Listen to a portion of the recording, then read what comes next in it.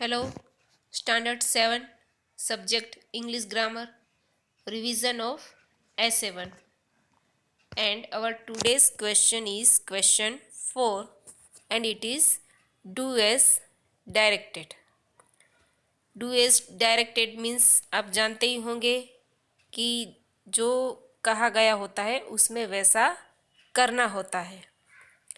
First question है I know that man full stop he sells things outside my school. अब इस sentence में हमको क्या यूज़ करना है?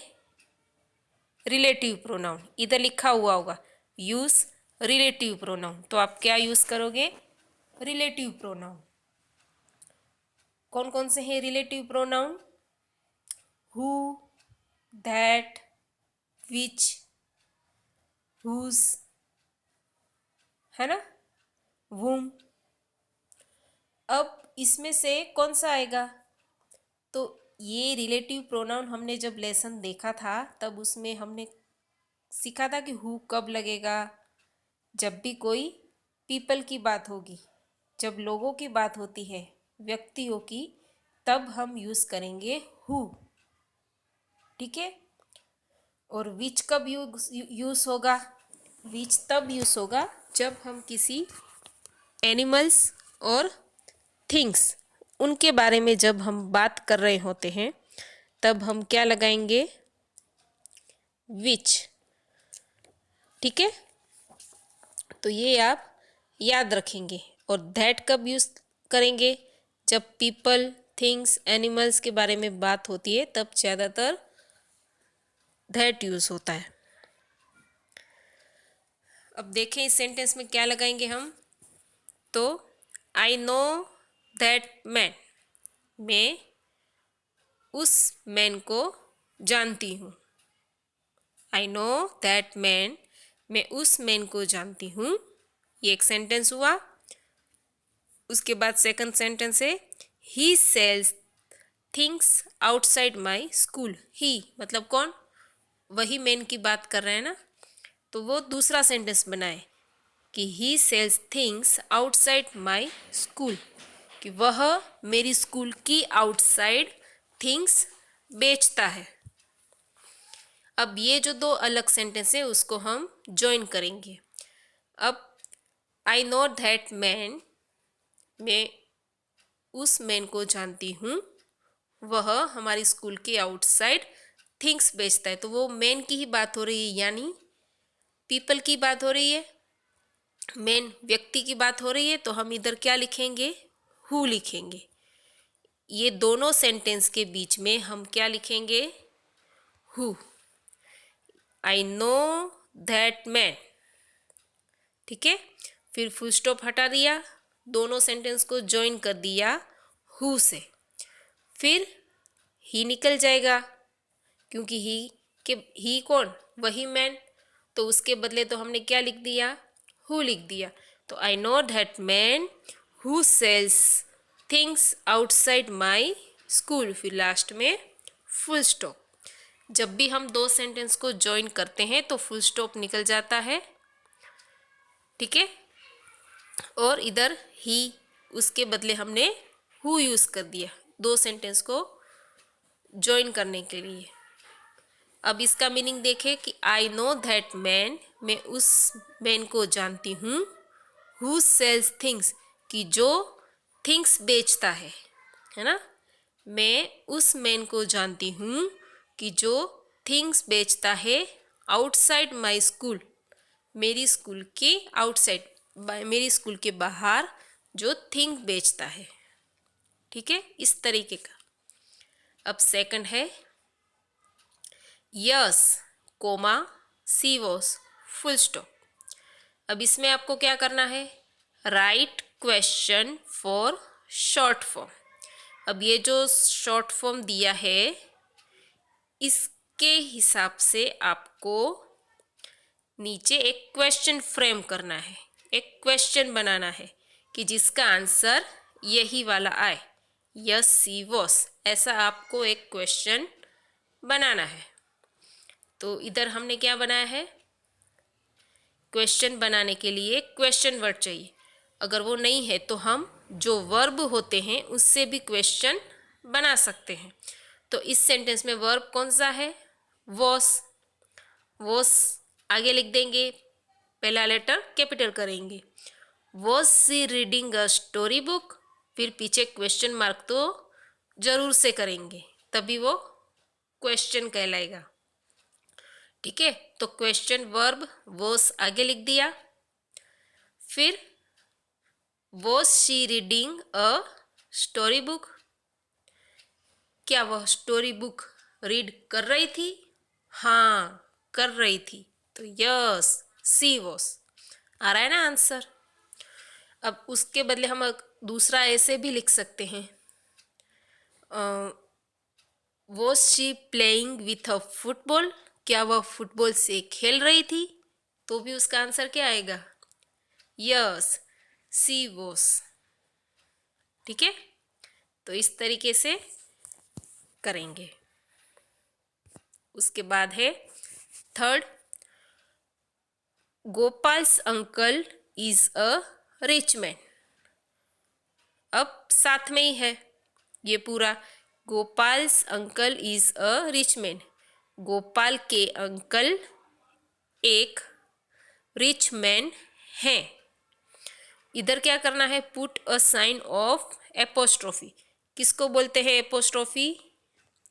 इस तरीके का जो साइन होता है उसको हम बोलते हैं एपोस्ट्रोफी।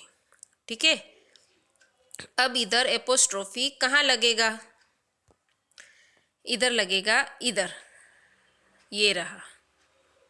देखो एल और एस के बीच में जो साइन लगा है उसको बोलते हैं apostrophe.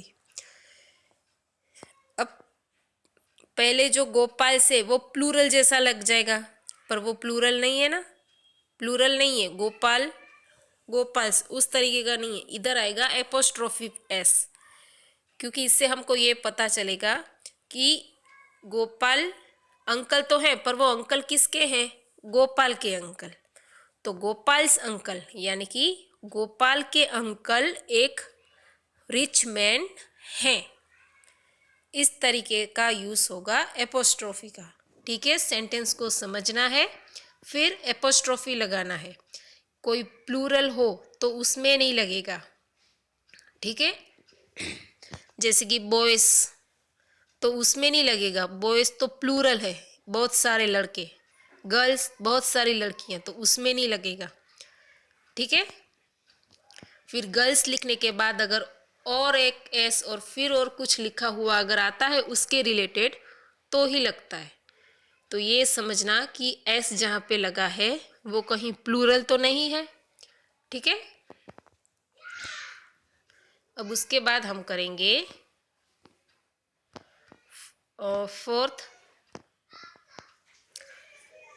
This is Mrs Ranade,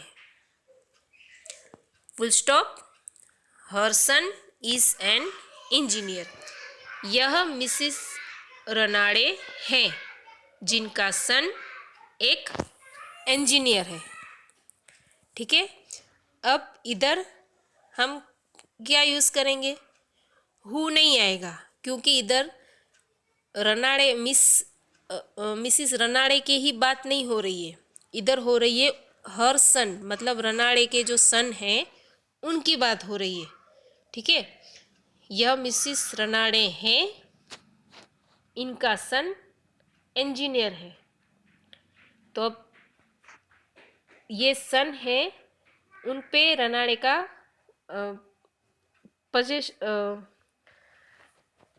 क्या बोलते हैं, इधर पोजीशन जैसा है, यानी कि मिसिस रनाड़े का उनके सन पर पोजीशन है, अधिकार है ना। तो ये उनके सन के बारे में बात हो रही है, तो इस तरीके से हम इसमें लगाएंगे this is Mrs Ranade whose son, यानी कि जिनका बेटा। ठीक है, मिसिस रनाड़े की ही बात होती तो हम इधर हु लिखते, क्योंकि फिर कंटिन्यू उसी के बारे में कुछ सेंटेंस आगे बनता, पर इधर उनके बेटे की बात हो रही है। ठीक है, तो हम लिखेंगे whose son is an engineer। और दोनों के बीच में फुल स्टॉप नहीं रहेगा और बीच में हमको क्या लिखना है, whose son।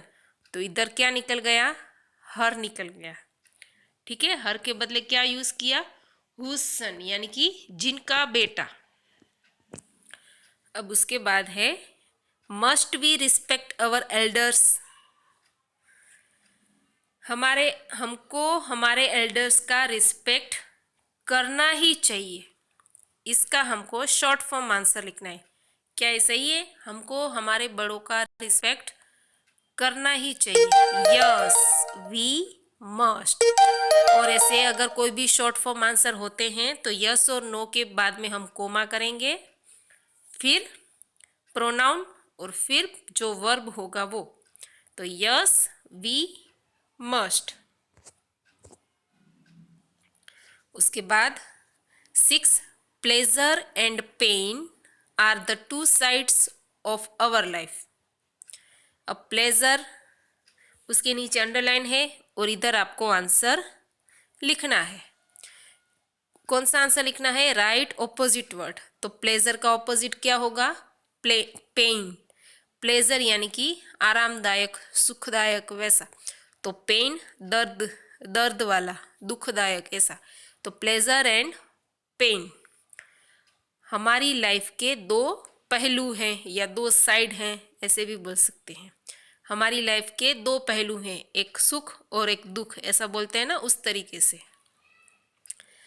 7 ही डैश ब्रैकेट में है borrow money to buy a house. उसने ही मतलब उसने हाउस खरीदने के लिए मनी बोरो की। अब इसमें यूज करना है प्रेजेंट परफेक्ट टेंस। अब परफेक्ट है तो हैज या हैव आएगा, वो तो फिक्स है। हैज, हैव, हैड तीनों में से कोई एक आएगा। पर इधर है present perfect, it means has और हैव दोनों में से कोई एक आएगा। अब आई के साथ हैव आता है तो हम ही के साथ क्या लिखते हैं, हैज, तो वो हो गया। और प्रेजेंट परफेक्ट टेंस में जो ब्रैकेट दिया गया होता है उसका थर्ड फॉर्म लिखते हैं हम V3। तो क्या होगा उसका, borrowed. He has borrowed money to buy a house. अब इसमें जो वर्ब फॉर्म है वो आपको याद रखने होते हैं, उसमें कुछ भी चेंज नहीं होता है। जो जैसे वर्ब फॉर्म होते हैं वैसे ही लिखना होता है, तो वो आपको लर्न करने होते हैं। तो ये हमारा वीडियो इधर कंप्लीट हुआ। फिर मिलेंगे नए क्वेश्चन के साथ। Thank you students.